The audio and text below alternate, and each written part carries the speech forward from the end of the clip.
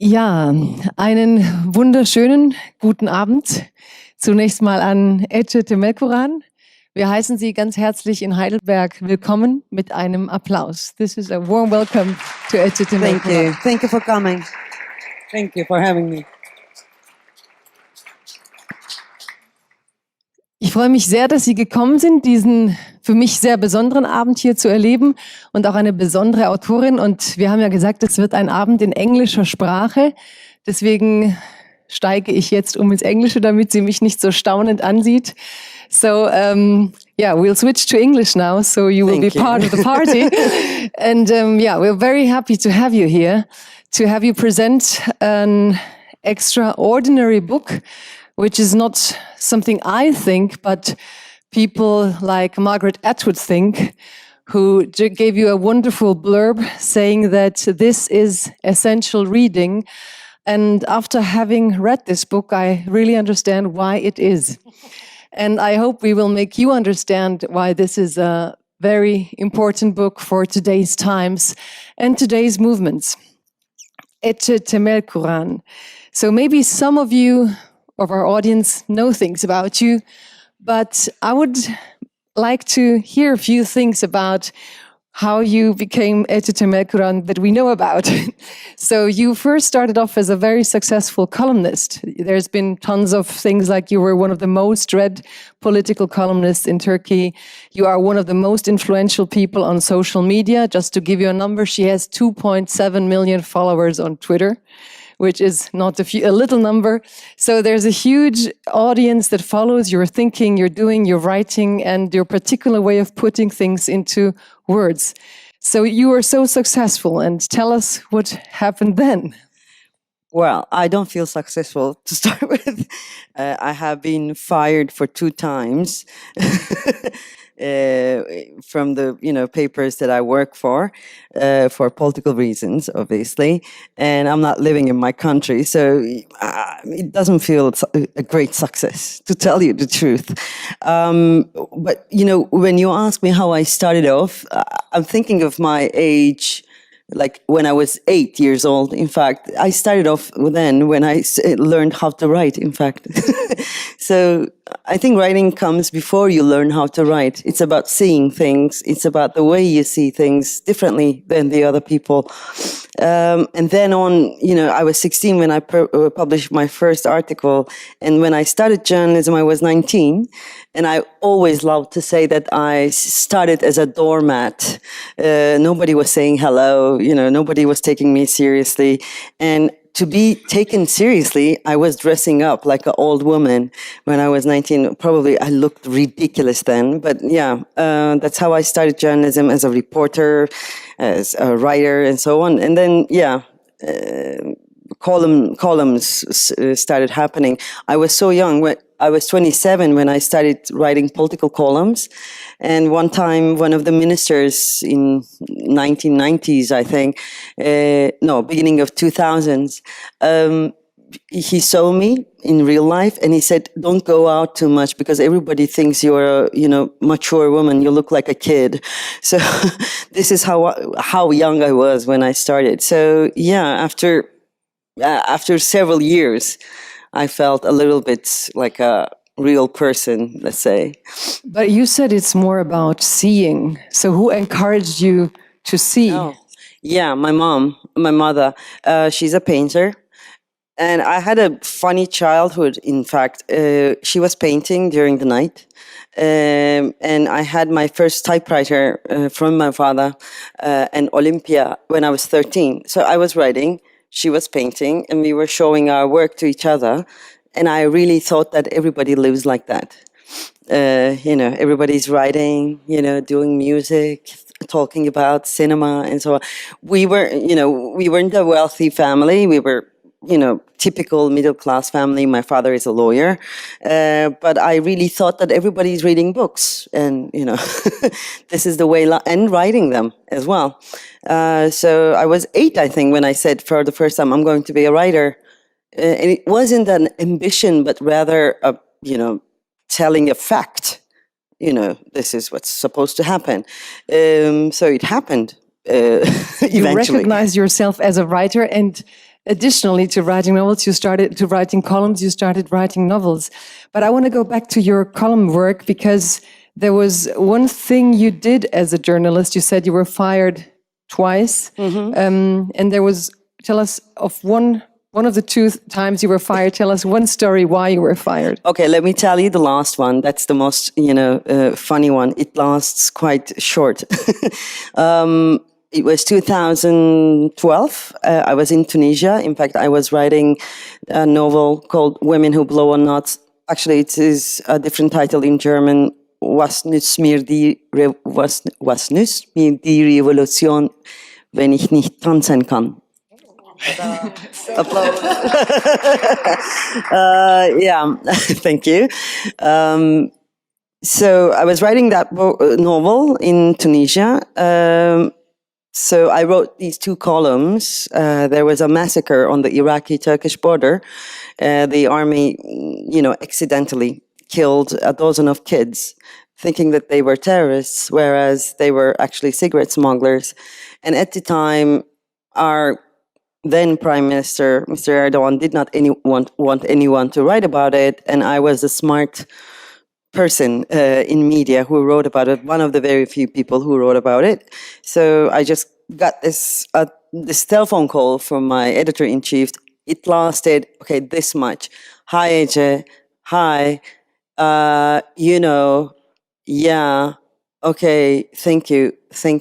This was it. I was fired, literally. The word fired was not even, pronounced. Yeah. So, it was the end of my journalism because it was a time it is still so.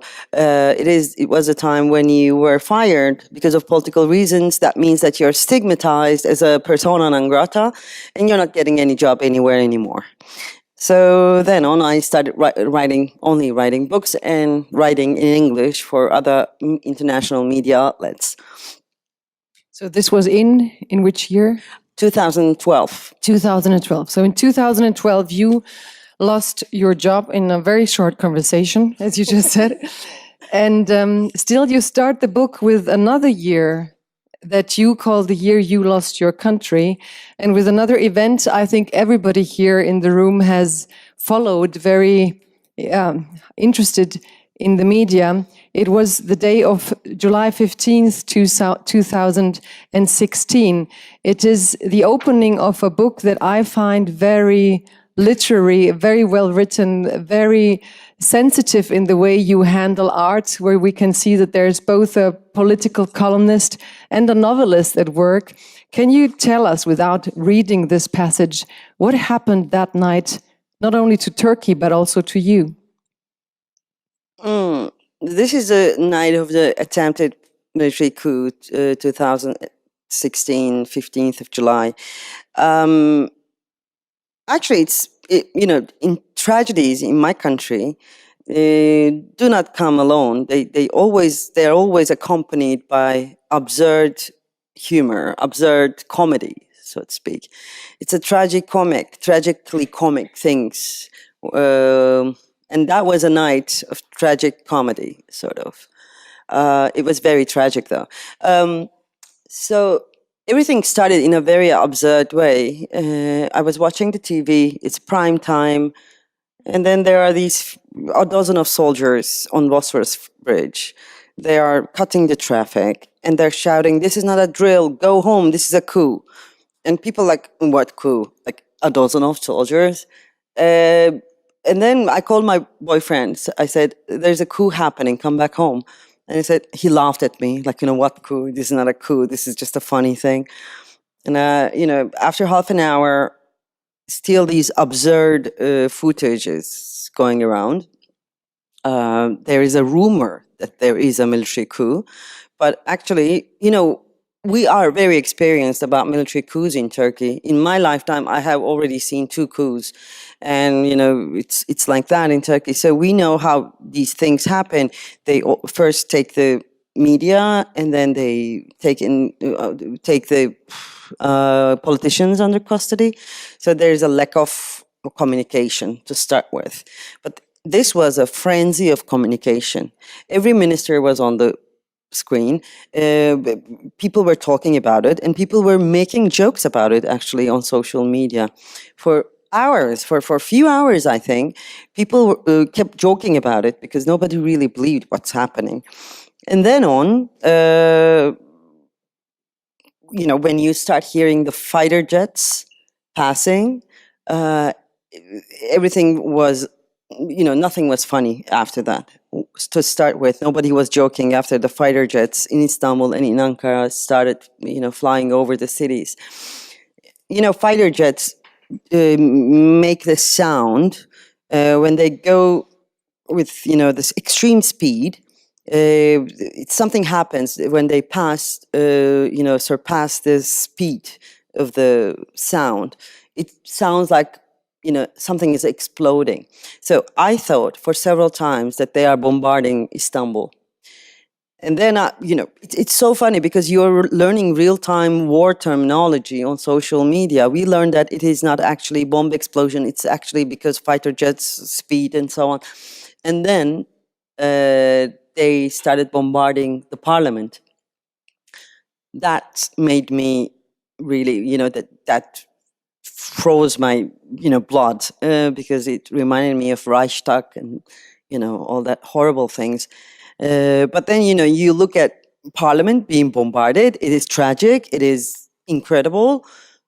But then meanwhile, you hear news, parliamentarians cannot find a bomb shelter in the parliament. They're running around the parliament. And then when they find the bomb shelter, they cannot find the keys to the bomb shelter. So, you imagine some guys running around parliament. So it's not really funny, but it is tragically comic in a way. So the entire night was like this. People, kicking the tanks or, throwing stones at fighter jets and so on. So it was a very interesting night, I should say. Not like any other coups that we have seen in modern world history, so to speak. So a little later, you come up with this book, How to Lose a Country. And there's a very good, and I find very funny moment, a comic, when you are in London and you talk about these things. And then there's this woman in the audience, and what does she say? Yeah. I published another book, Turkey, the Insane and the Melancholy, and the German version is Euphorie und Wehmut. And somehow the British publication overlapped with the coup. So this brought a lot of media attention to the book. So there's this event, it's crowded, and I'm telling about what happened in Turkey, this, this horrible stuff that we are going through and so on. Because after the coup, of course, Mr. Erdogan took it as an advantage to consolidate his power. So, massive class actions started happening, massive imprisonment started happening. So I'm telling about these things. And finally, probably I lost myself and I was so passionate and so on. And one of the women in the audience brought her hands together and said, "What can we do for you?" And I said, "I feel like a panda now, a baby panda trying to be adopted via a website." I said this, nobody laughed. So the funny thing is, the irony of this is this was happening right after the Brexit. And right after Trump came to power. So after my panda joke did not, create a lot of laughter, I said, "So what can I do for you, actually? Because we have been through for years what you are just beginning to witness. Because of Brexit, because of Trump, they started going through things that we in Turkey experienced for 2 decades. So the political insanity that they found themselves in were actually quite familiar for us. So I wanted to tell the woman that she is not in a position to help me. She has to help herself. That's why actually I wrote the book. This is what I can do for you. You asked me how did I feel during that night in 2016, 15th of July, during the military coup attempt. I was in my garden. I had a garden on the hills of Bosphorus, and it was a grandma garden, sort of. It's not a trimmed, handsome garden. There were fruit trees and so on. So I remember looking at the grapes and the other fruit trees and thinking, okay, this is the time I'm losing this garden now. It's not going to be same again, and so on. But I also felt already, I'm losing a country. Everything will be worse than it is already. So I might be going abroad, maybe, and so on. I already felt a kind of rootlessness, so to speak. And when you are away from your country, I don't call myself an exile or refugee, whatever, because those are two loaded words to use, emotionally loaded as well. But when you're away from your country, when you're living in a foreign country, there is only one thing you're not allowed to do, even by the most welcoming country, by the most welcoming community. That is to help people. They always want to help you, but you're never allowed to help them. And it makes you feel so horrible because I'm not used to being helped, whereas I am very used to helping people.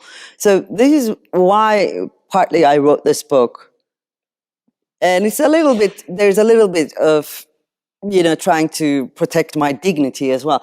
No, lady, you cannot help me, I can help you, sort of thing, attitude. But that somehow came true because they found the British people, Europeans, and American people found themselves in this mess that they have no idea how it happened to them. And, they follow the same steps that we followed, towards authoritarian regime. So actually, I had lots to give them. So that's why I wrote the book, actually. You do have a lot to give them.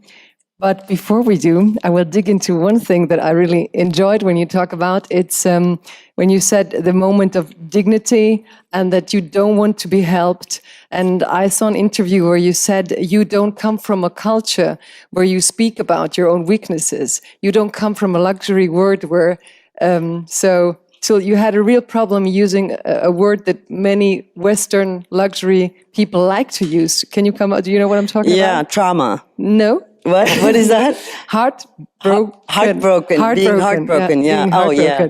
Yeah. Yeah.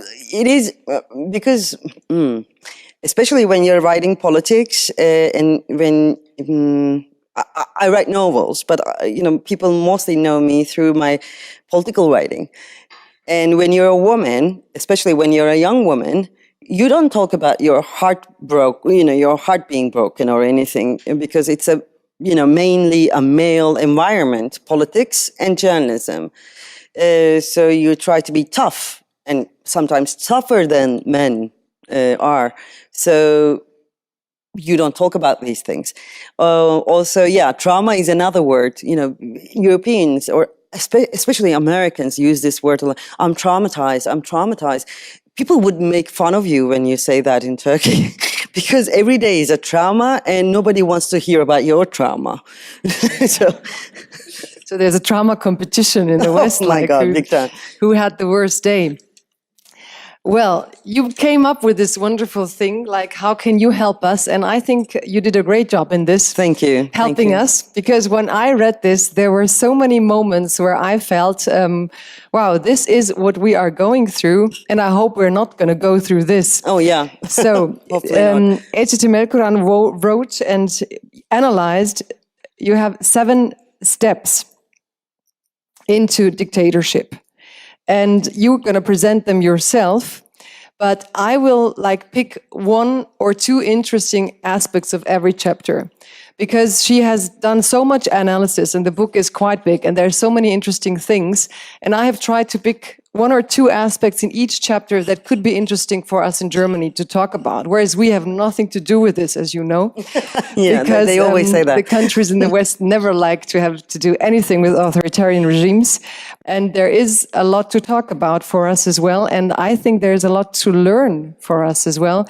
Not only because you have been through this, but because, as you said, you have learned how to see and you have learned how to express what you see in a very impressive way.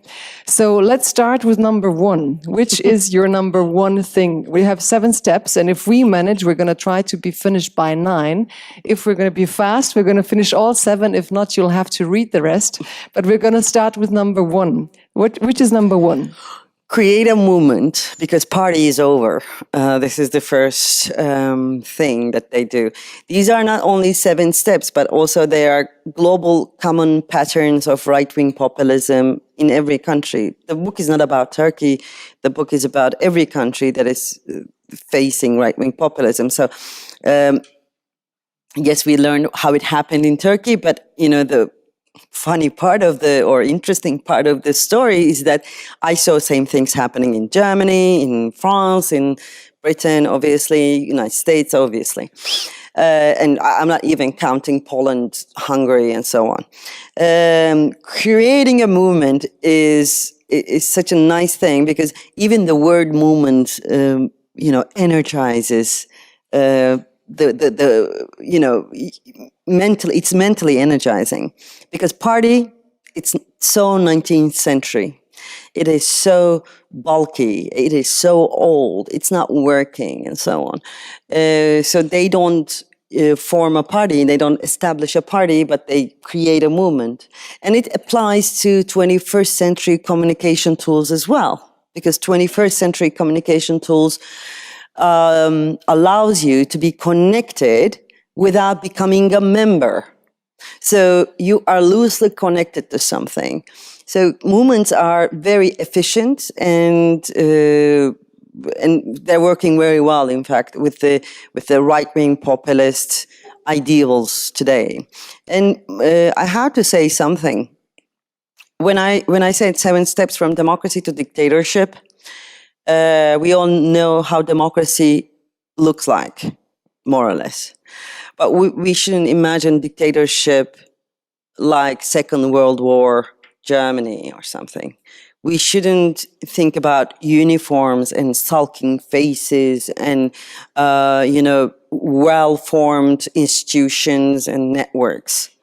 We should think about something else. It might happen in a more colorful, more fun, and with no uniforms at all. So when you think about dictatorship, don't think about Mussolini or Hitler or, Stalin, so to speak. So creating a movement is also very convenient to make this, right-wing populism that is something very magical, that is something very open to everyone. So you don't have to have an ideology, you don't have to have a political goal, you don't have to have political experience, so to speak. You just can be connected to this movement. So we have seen this, for example, in Austria, when the Kurz did this very same process.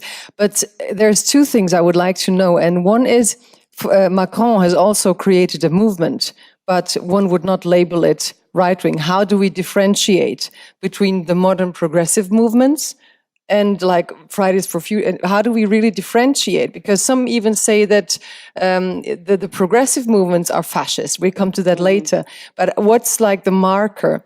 And for Germany, I found interesting that you used for Turkey the quote, "We are the people. We are the real Turks." I found this very interesting for Germany, because Germany as well has the same quote in East Germany when Pegida started to march.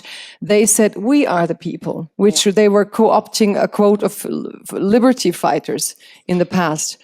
So how come they constructed this in Turkey? In Germany or in Great Britain, they construct this by a multi-ethnic country. You can say this ethnicity is like the better the better German or the better whatever. What did you do in Turkey? When you create a movement, you always speak "we the people" language, obviously. But "we the real people" is something really, it works magically, because when I say "I am the real people," what are you left with, as in choices? You have 2 choices. One, you have to prove that you are as real as me, or you have to prove that I am not real, which is impossible. So, and whoever gets to claim it first, when I say I'm the real people, then you're second. You have to prove now that you are real, that I am unreal, whatever. So it creates this manufactured, superiority, so to speak. So it creates a logical game that is impossible to, cut through. But one important thing is about real people. It starts with, what is the thing that makes you a real person, one of the real people? For Germans, I'm sure it's something. For Austrians, it's something. For United States, it's another thing. But it has one fluid aspect to it, which is interesting, because the leader determines who are real people. In Turkey, it started with being, pro-democracy. For AKP, when they created the movement, it was being pro-democracy and anti-corruption. But then, by time, it evolved to something else.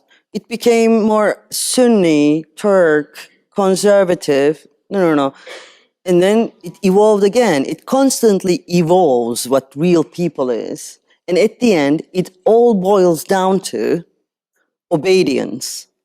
Obedience to the leader. This is what changes, what the difference is between a progressive movement and a right-wing movement. And when the difference between right-wing populism and a real progressive movement is that right-wing populism makes a claim that they are representing all people.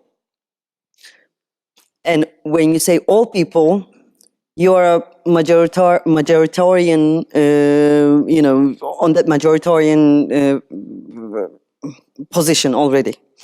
But the, real progressive movements, they say we people, but they don't have the ambition to represent 100% of the people. And they take into consideration that people can think differently than them, and they can still be real people. But if you are not included in the supporter of right-wing populist movement, you're not real person anymore. That means you can be the enemy. That means you can be the traitor. That means you can be, killed, exiled, whatever. Okay, so we've been through one. Now we come to number two. They created a movement. They created 100% people or not people. And then you come to number two, which is? Disrupt this is my favorite. Disrupt the rationale and terrorize the language. When this happens, you have to, you don't even have to know the analysis. You can feel it. When you start feeling like, am I mad? Is everybody else mad? Or has the whole world gone mad? When you started asking these questions, this means that the language is terrorized and the political debate is dismantled. And funnily enough, these three questions, am I mad? Is everybody else mad? Has the whole world gone mad? Is actually a novel by a Russian novelist who's lived under Stalin regime. You see, we don't have a proper dictator like Stalin, who looks like a dictator, but we still feel the feelings that someone has felt under Stalin. I always think that this is interesting. Disrupting the rationale is something that we see in our own lives, actually, when we try to speak to right-wing populist supporters, or when we are hooked up in a conversation in social media about anything. In the book, there are several examples of it, but there is one example might be interesting. I'm going to read it from my phone because I don't have the English book with me. I wanted to decipher what kind of a logic game that right-wing populist discourse is playing and how it is dismantling our basic logic. That's why I wrote a fictitious dialogue between Aristotle and populist, and the right-wing populist. So Aristotle is saying it's, syllogism. It is this, famous line, all humans are mortal. Socrates is a human, therefore Socrates is mortal. So they are discussing this fact with the right-wing populist, Aristotle. Aristotle, all humans are mortal. Populist, that's a totalitarian statement. Aristotle, do you not think that all humans are mortal? Populist, are you interrogating me? Just because we are not citizens like you, but people, we are ignorant. Is that it? Maybe we are, but we know about real life. Aristotle, that is irrelevant.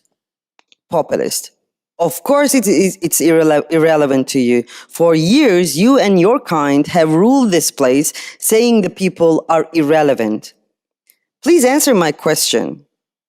This is Aristotle. Populist, the real people of this country think otherwise. Our response is something that cannot be found on any elite papyrus. Aristotle goes silent. Populist, prove it. Prove to me that all humans are mortal. Aristotle smiles nervously. Populist, see, you cannot prove it. He smiles. That's all right. What we understand from democracy is that all ideas can be represented in the public space and that they are respected equally. The God says, Aristotle, I'm sorry. Yeah, you cannot prove. Anyway, it goes on like this. I'm so bad at reading it, but at the end, Aristotle goes crazy because each time he makes a, argument, he tells a fact. Right-wing populist comes up with this, maddening arguments and maddening logic games that we see in our daily lives. In the book, there are Latin descriptions of this logic game that they are playing, because I wanted to show that they are actually playing the same game in every country to dismantle the political debate and to drive us crazy. And when they do this, it creates anger. We all become angry. For instance, in Germany, I'm sure we can think of an example from Germany about refugees, for instance. When they say it, and you know that it is not true, it is not correct, it is, absurd, you go angry.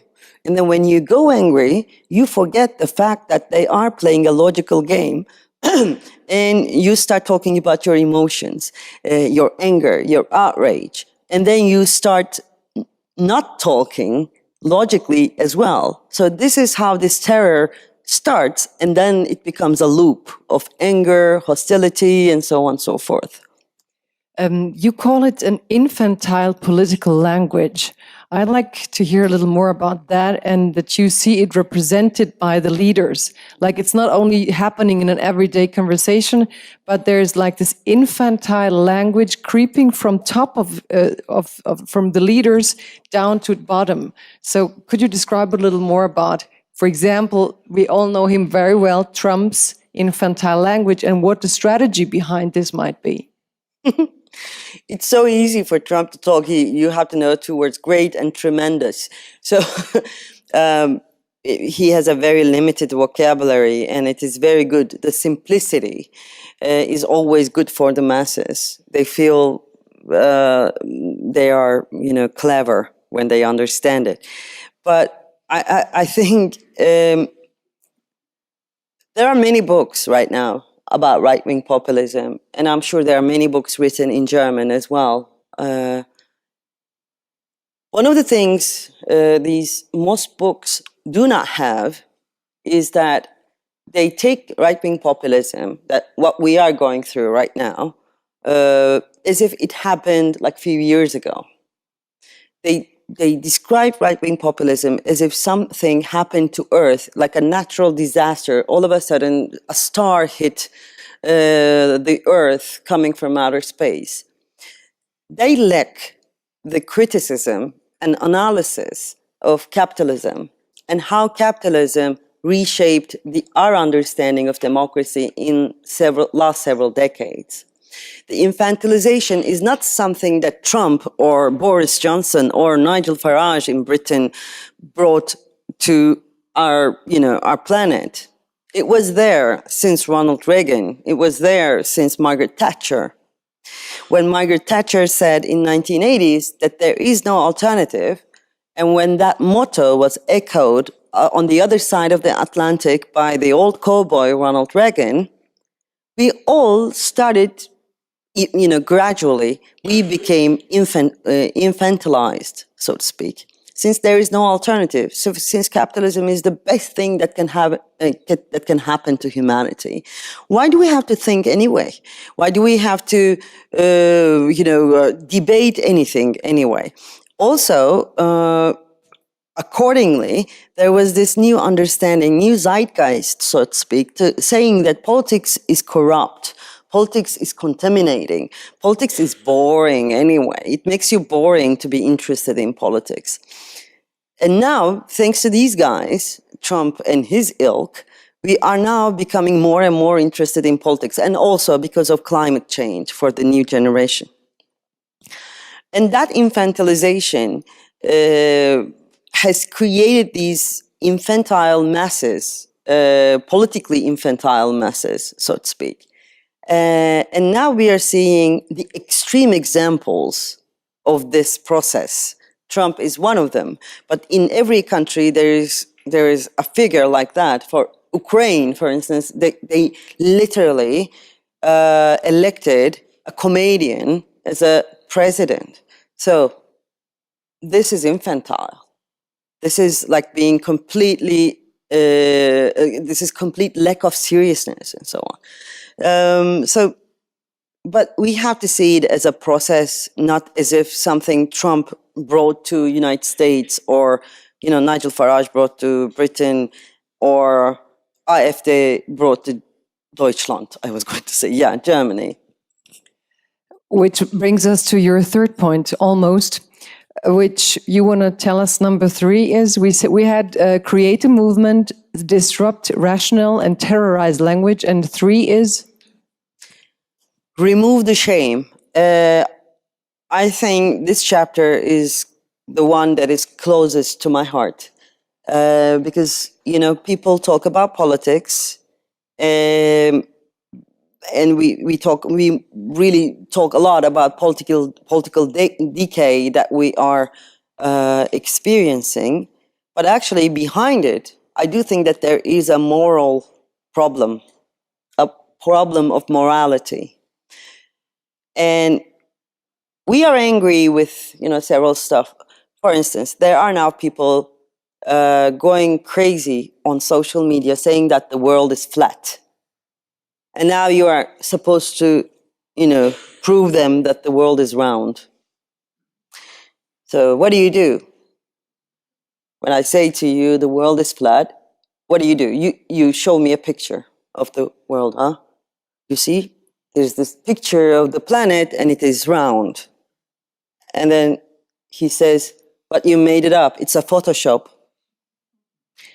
And then you say, no, but I am an astronaut. A few years ago, I went to, outer space and I saw with my own eyes, and there were several people with me. We saw that the world is round.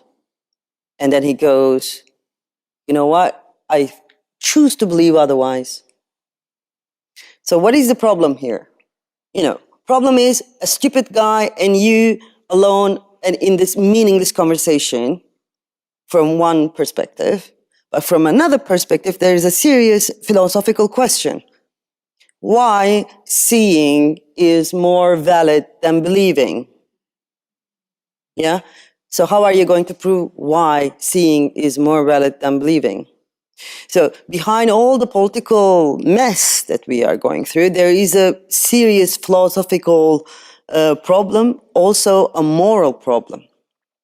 And once, people, if they want to read the book, you'll see that shame and the transformation of shame in last several decades is one of the reasons that we are having this political insanity. so to speak. I'll give one example from the book, but there are other examples. I hope, I don't know how many of you would remember, but most people would remember the black and white photo of Vietnamese girl running naked from the napalm attack. That photo brought out millions of people in the United States, and eventually that photo stopped the war in Vietnam. Of course, there were other real political reasons, blah, blah, but people went out to the streets in millions. A few years ago, a 3-year-old kid, a baby, washed ashore on Aegean coast, Aylan Kurdi, a Syrian kid, and 1 week of media frenzy, and then it was it. It changed nothing, and millions were not on the street at all. So what happened to us is actually about, is actually very related to what we are going through. How did we become those people who have dinner while watching people being burned to death or, drowning in the sea and so on? So we are part of the decay as well. So we have to think about, I do think that we have to think about this as well. It's not easy to think about it as it is, for instance, to make fun about Trump. I think what I find very interesting is that because it's been really fashionable, you start fact-checking, like whatever, CNN is showing all these news or lies, and then they fact-check. And in Germany, it's almost the same, you have somebody talking and then you fact-check. And you just say with number 3, in the post-truth world, it's not so important to fact-check, but to have this philosophical, moral conversation and the serious criticism of a neoliberal hegemony that's been going through the world since decades, actually. And where would you place the neoliberal relevance and criticism? I mean, we in Germany, we have had, for example, Hartz IV, which was a crucial point of how we handle people in need. Mm-hmm. Until today, people say that this has killed our social democrats in a way. They are almost gaining no voters. They don't have a real social look at the world. Is there a social democracy possible anymore in a country that was defined like that? So can you speak a little more about this? Post-truth is not a matter of fact-checking, but maybe a matter of informing people about where they have been ripped of their rights and their possibilities to make a living in a neoliberal market.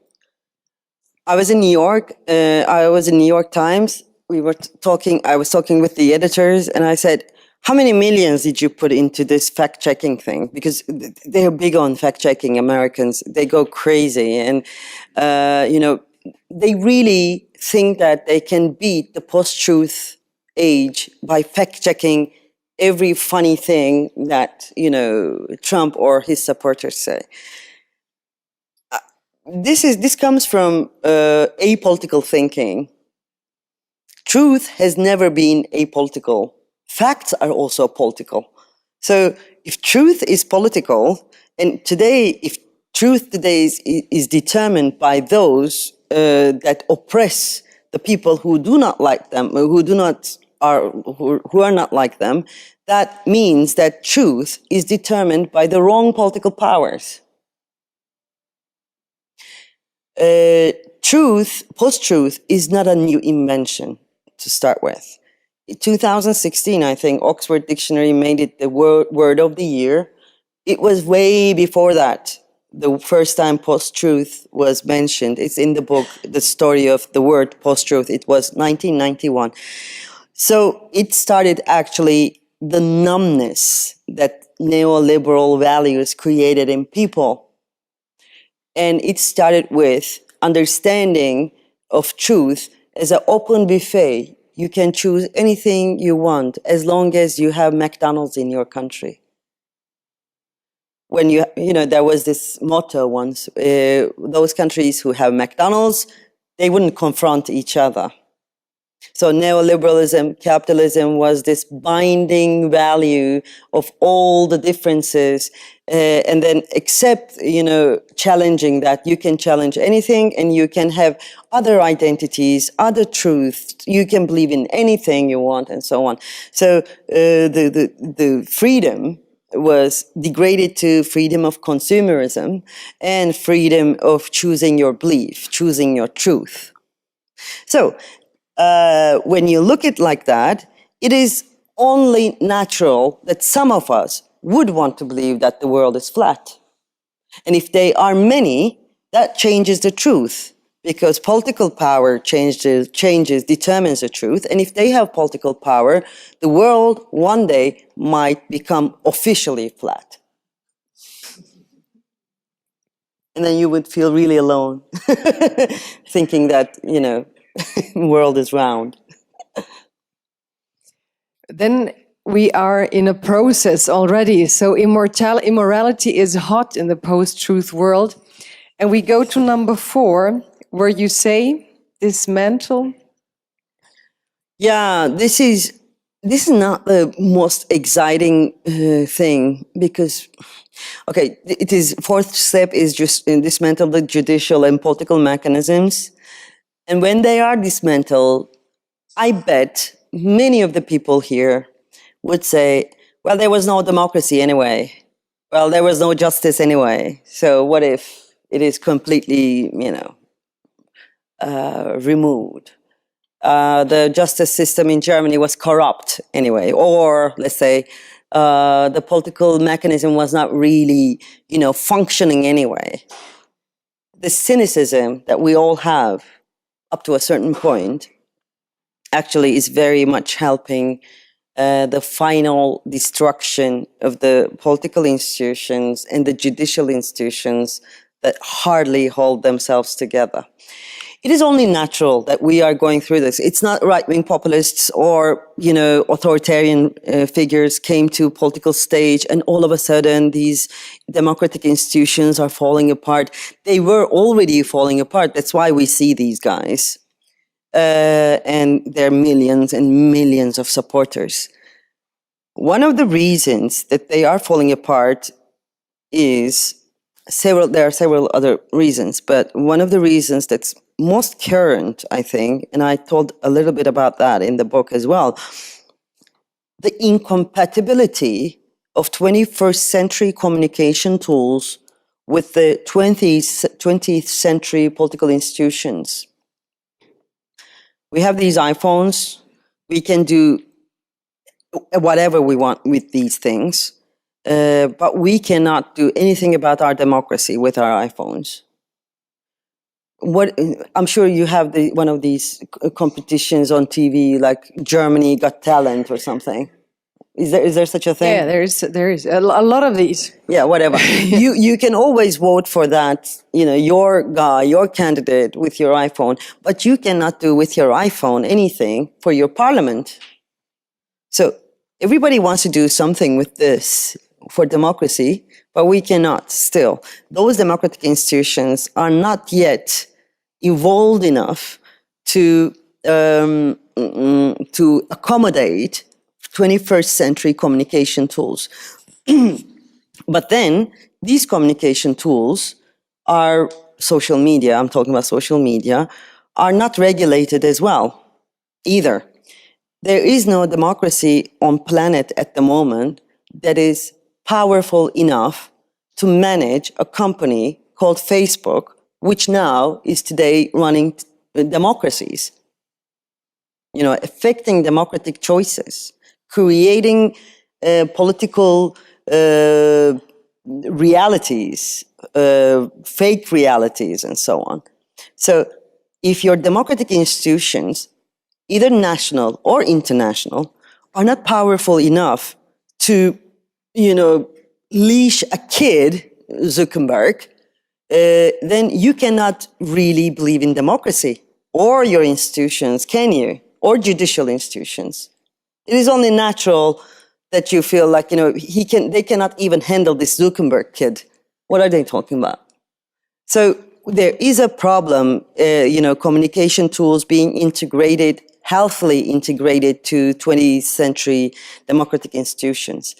One of the reasons is that. So I think, right-wing populists are capitalizing and exploiting this vacuum, so to speak, this vacuum of power. They are abhorring that vacuum by, using social media, by using new techniques of politicization and so on. Do you think it helps to see people like AOC when she interviews Zuckerberg and she corners him to the moment where he says, I don't actually care as long as things bring money? Great question. Thank you for asking this. I was planning to write an article about this. I didn't then. AOC, Alexandra Octavia Cortez, slapped Mark Zuckerberg in Congress during the interrogation. Do you say the interrogation or interview, whatever? So Mark Zuckerberg acted like he doesn't know what's happening. Not like he is, but he seemed like he doesn't know what's happening. Facebook is a naive thing, it's a platform. I don't know why these things are happening and so on. And AOC was like a real good politician, was slapping him. Okay. These things, because it happened in Turkey, and I know how it feels, it gives you this feeling, it's great. And then you feel a certain, relaxation. So what happened at the end? AOC was very smart. She was great. We loved her more. And then, what happened? Nothing. These are inconsequential gladiator fights. And there's a lot about intellectuals and politicians being the gladiators of our times. In the book, the audience goes, and then nothing happens.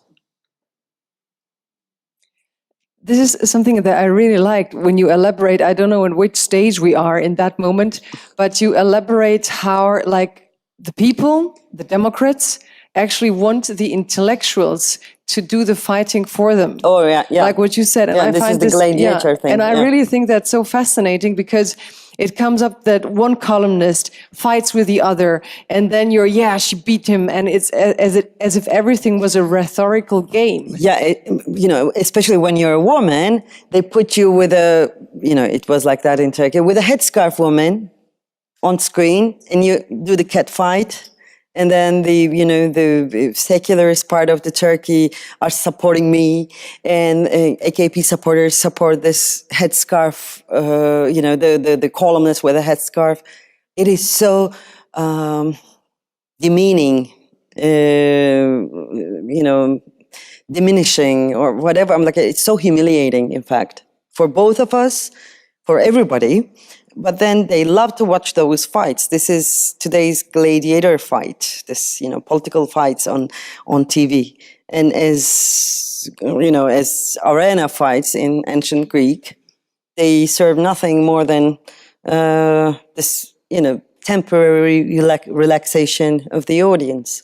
And the clicks of the media, because it's a personalized fight. Definitely. Especially when two women are angry. Oh my God, that is like the hottest thing for ratings. But there's one thing you stress that is important for us, I think, is that somehow in many countries in the West, people don't believe that their institutions can somehow fail, that their institutions couldn't be strong enough.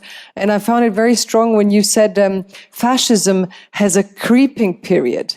Like it doesn't come overnight and then you lost all your institutions, but it creeps in. And I found one sentence so sad, but it's true. We never think about this like that way. All the intellectuals we quote today, like Hannah Arendt, all these intellectuals were defeated by these guys. Yeah. So we use all these literature, all these thinkers, but in the end we have to admit that the others made their way through the institutions and that the others gained their ways. And I think this is why number 4, you said it maybe is a little bit on the drier side talking about institutions, but it's one of the most important things. It is. When we look at what happened with Kavanaugh. But then we come to, you said, what happened? Our AOC did this, we laughed, we had our show, and what happened? And this is, I think, where we come to stage number 5, which is design your own citizen. What did you mean by this? Design your own citizen. I mean, all these people are watching stage 1 to 4, and then you say, now we have stage number 5, and the people in power will start to design their own citizens. Before saying that, I have to tell something. And, this is my second tour in Germany. And I had the first tour, I think in March or April. And I said this in every speech, and I'm going to repeat it now again. Please don't take it as, I'm here and I want to charm you or anything. But I do really believe in what I say. I do trust Germans about this. About what we are going through, whatever you call it, right-wing populism, authoritarianism, neo-fascism, whatever. I really do believe in Germans that they will come up with something. Well, I did already come up with something, but, to beat it in a bigger scale and to show the rest of the world how it's beaten.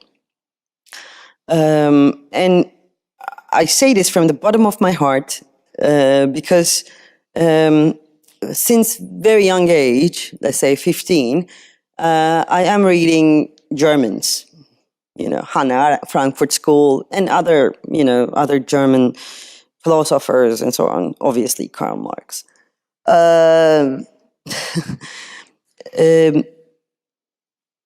This country has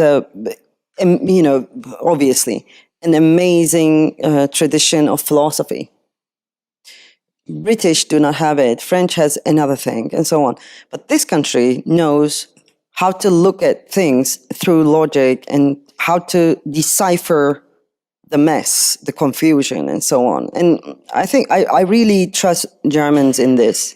And that's why most of my readings and most of my so-called intellectual interaction is with German writers and thinkers and so on.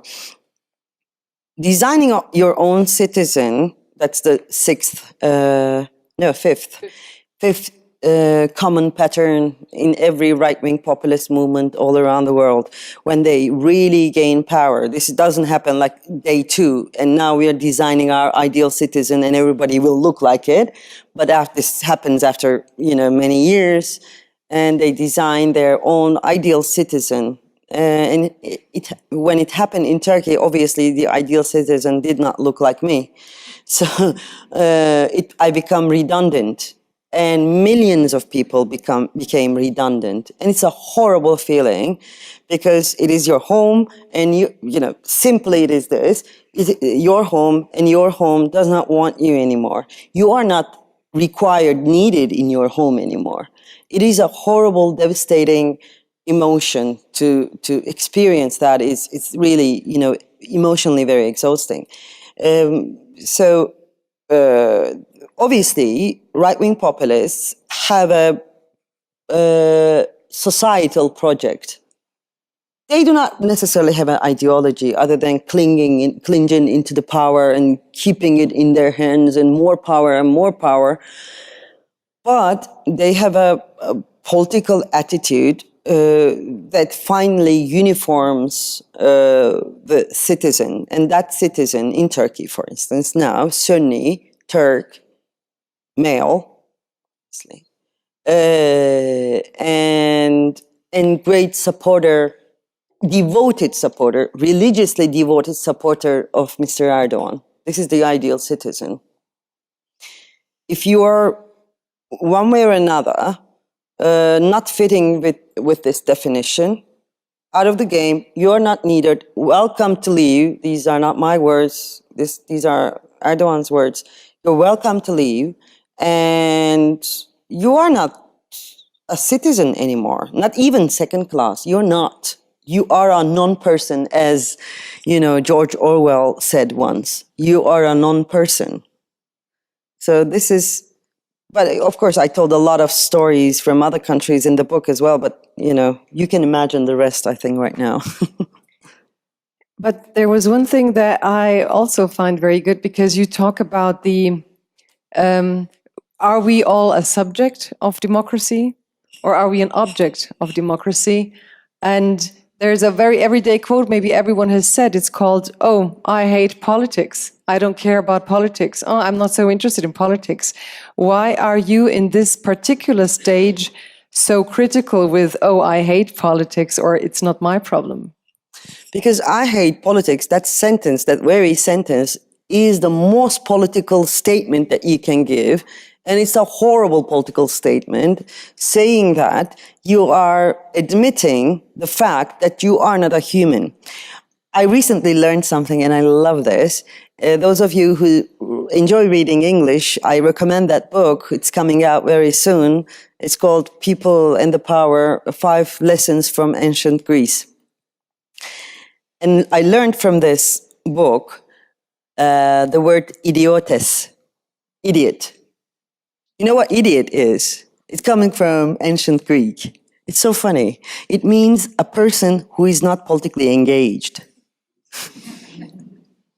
So that very statement, "Oh, I hate politics," makes you an idiot, basically.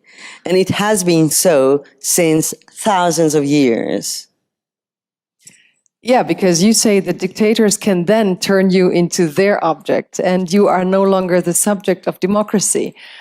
And after they have created their idiots, they come to number 6, and 6 is one of the most interesting chapters, I think.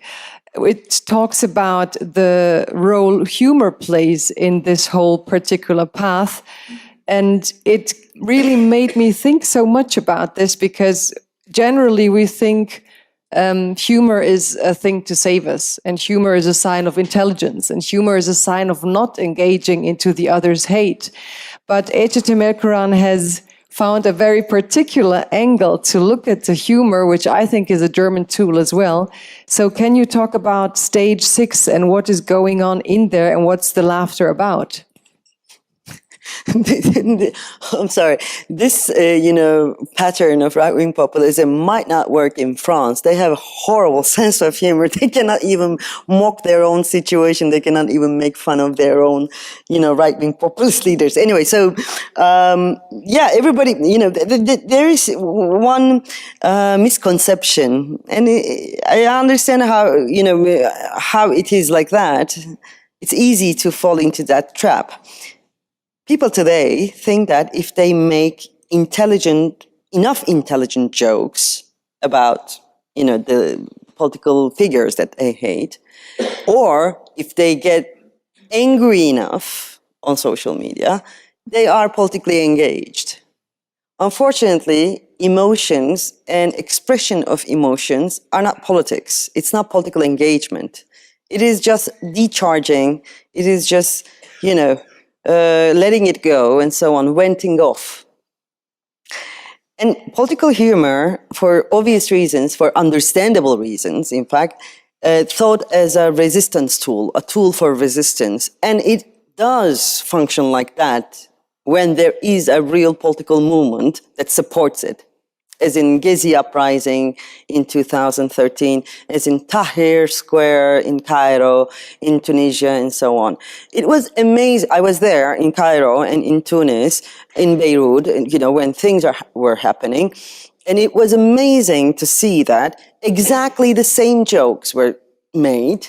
And it was, this incredible amount of humor with incredible intelligence. And, people were flowing with humor. That's good. When there is political power behind it, it's great. You are together, you are you're in the middle of the political struggle. Of course, you have jokes and everything. But then when that political power, when that political moment and movement is gone, the jokes are still there lingering. And then it becomes, political humor, political jokes become a comfortable shelter, so to speak. You feel like as long as I can joke about this, nothing would happen to me. It's like a reminiscing of that moment that you are politically powerful, so to speak. But jokes do not make any politics at the end. And I think many countries today are suffering from this now.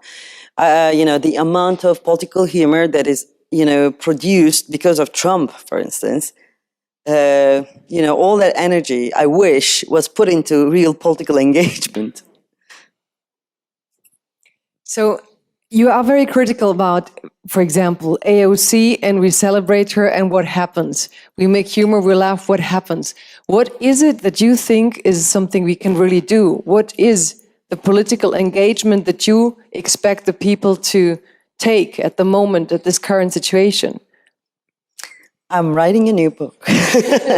No, actually, there are hints of it in this book already, and I really talked a lot about what might be possible and so on. But I decided to write another book as well after this, and is like a continuation of this in a way,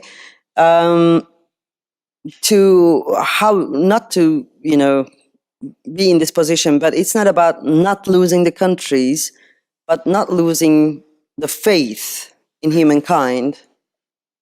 Because as right-wing populism takes over, or neo-fascism takes over, something happens to all of us, which is very dangerous. We started asking, even behind our heads, are humans bad, evil? Maybe, they don't even deserve to be protected, saved. Maybe this planet should go to hell anyway.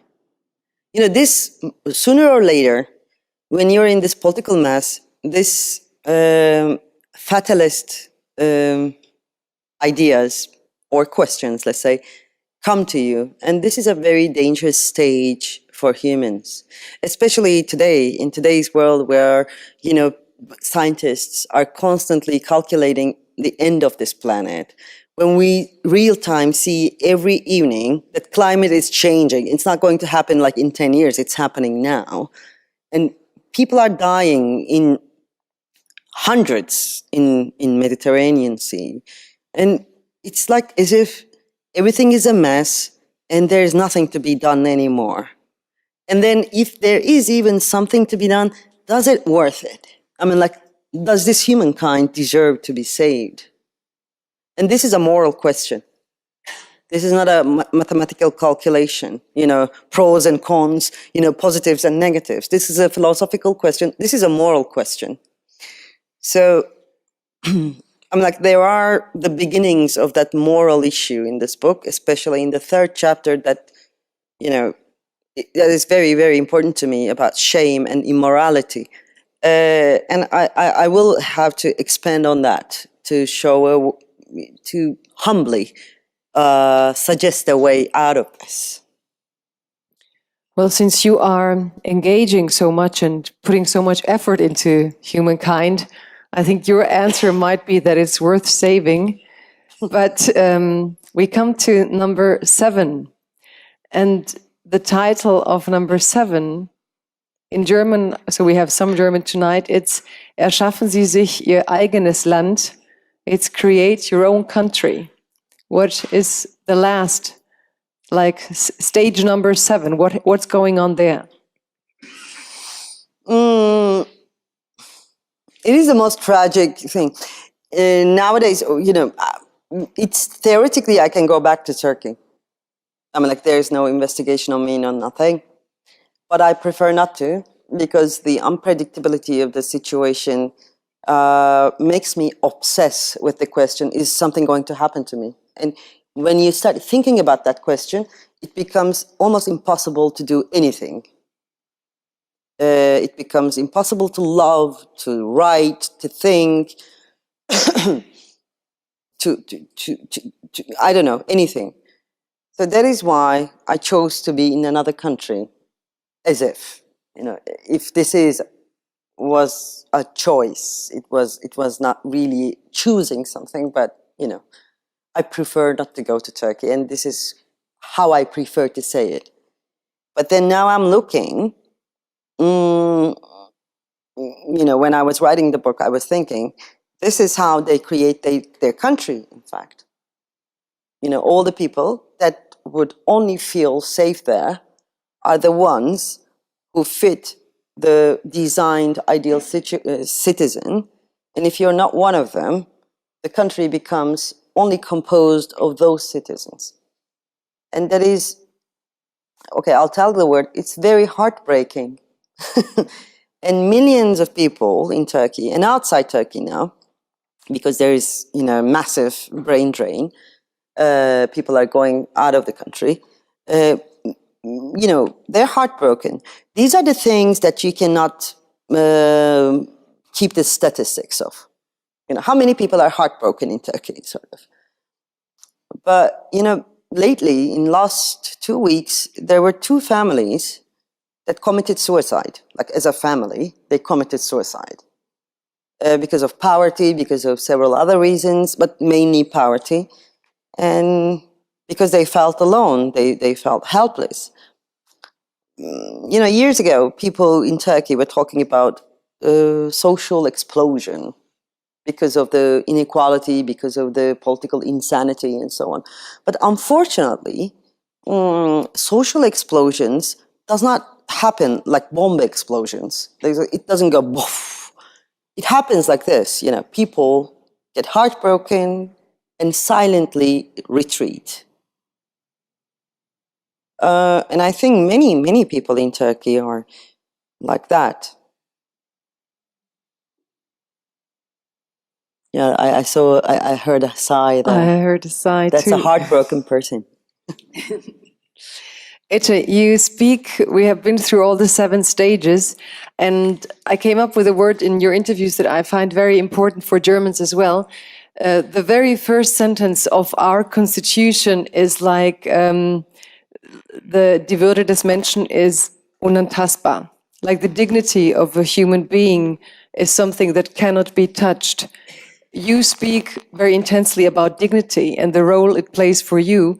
And I find it very fascinating. She speaks of how to lose a country is not like how you have to leave a country or be forced to live outside your country, but each of us can lose a country in terms of, do I feel home in the country or do I have to shut down? Is there internal immigration?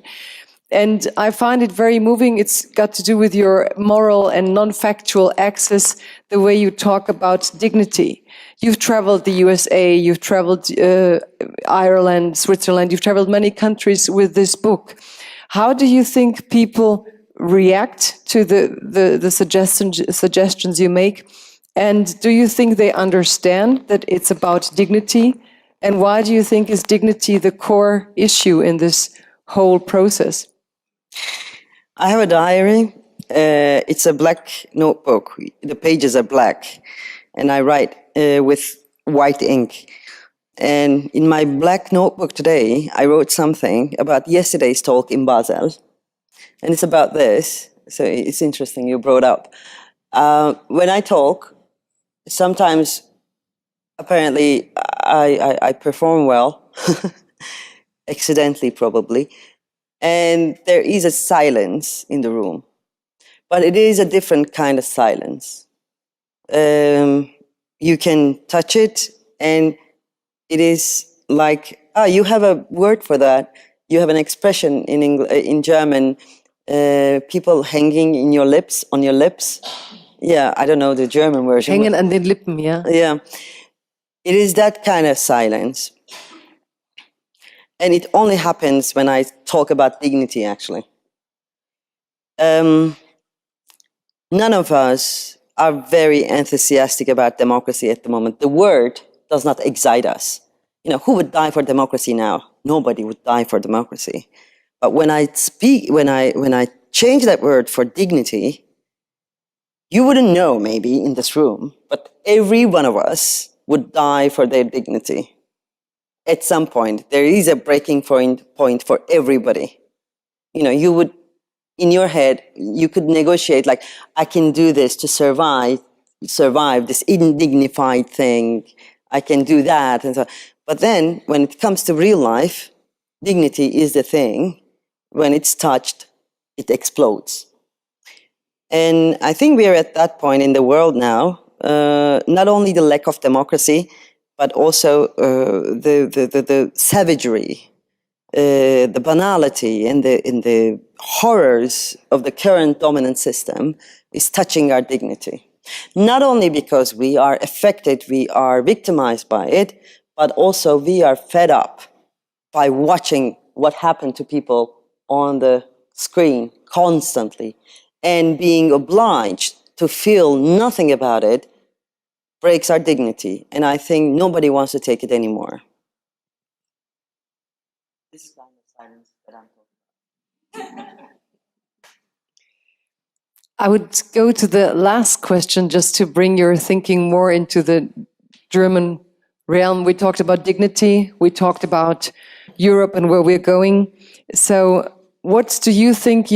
I think I heard you say once that also the European countries have to feed their dignity by the horrible things that happen outside, because they remind us of where we actually are.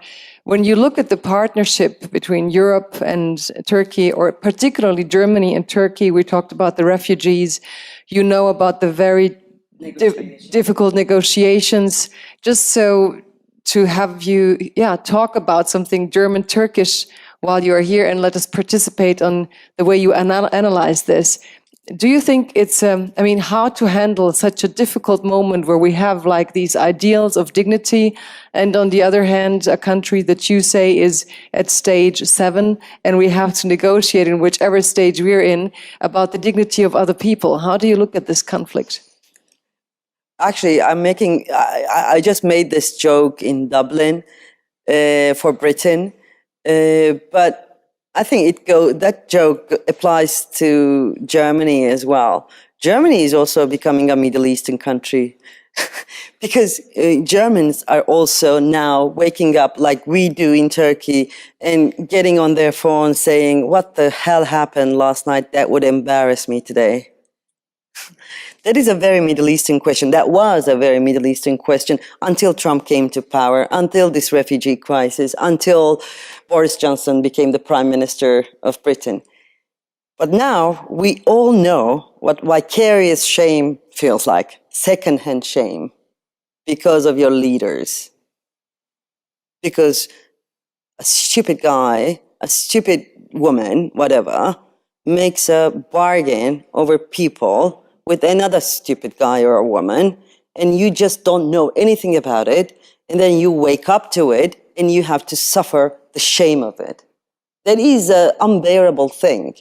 And this is why we need democracy. It's not because it's the best system ever, but because we know that we cannot handle the shame so long, and we shouldn't suffer the shame because of the decisions that we couldn't contribute to.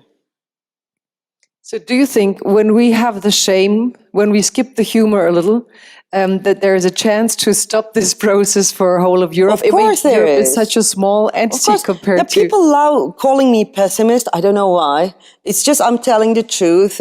They are so affected by it. And, also I talked about this, addiction to hope, dependency on hope, I'm sorry. And everybody asks me like, so where is the hope? Why are you speaking so hopelessly? I'm not speaking hopelessly. And I am not, by the way, interested in the word hope. I am interested in the word of determination, and determination in every human being, which is inherent to every human being.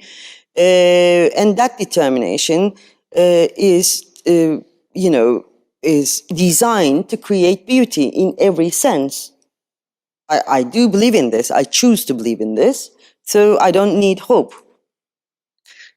Lately, I was in Mantua, in Italy, in a Middle Ages, a town from Middle Age, and it was a festival. And there is a sort of mansion, a huge mansion that once belonged to Isabella dell'Este, amazing woman, 16th century woman. In her walls, she put this script in golden letters everywhere on the walls, on the ceilings. It says, "No hope, no fear." I wouldn't go that far, but I would say instead of hope, we should think about determination, because sometimes there is no hope, but there is always determination. You cannot take away determination from humankind. This is what I believe in. The very last question in Heidelberg, the very last is because of hope. I was surprised that you would say that you have so much hope in Germans. Yeah. As much as I'm I believe pleased in Germans. and you believe in us, but because you read us so well, you have also read about the capacity of using this logical thinking for destruction. And I'm really curious about, because I think it's a good motivator to understand why, when Germany is the country that actually brought a lot of the fascist mess around Europe, what makes you in 2019 believe that Germany could be a country that could come up with a solution? Do you know who invented concentration camps? No. You don't? No. Many people think that it's Germans. Actually, it is British people, government, far before Germans. And it was in Africa. They put the guys there, and nature took its, and they killed each other basically, or they starved to death. And that was the first concentration camp. So all this evil is attributed to Germans, and there are TV channels dedicated to this. The world, entire international politics, part of it is dedicated to this.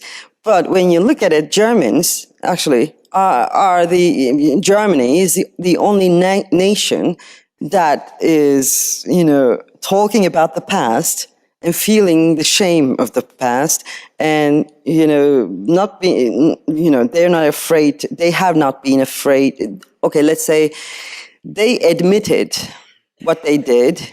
They named it. They thought about it. They did the redemption thing, and I take this very seriously. It is the only nation on this planet that did this. I'm not counting South Africa. That's another issue. But this is very important. I take it very seriously. Of course, there are, missing things. It's not perfect. And, things are happening here as well in terms of xenophobia and so on and so forth. But this is a very important philosophical, political reign that we can, follow and we can learn from. So when we now have the first politicians who say that we have to end this kind of memory culture, that we have to change it and maybe start anew, what would you say with all the experience and thoughts of this book to such a politician or to people listening to politicians like these?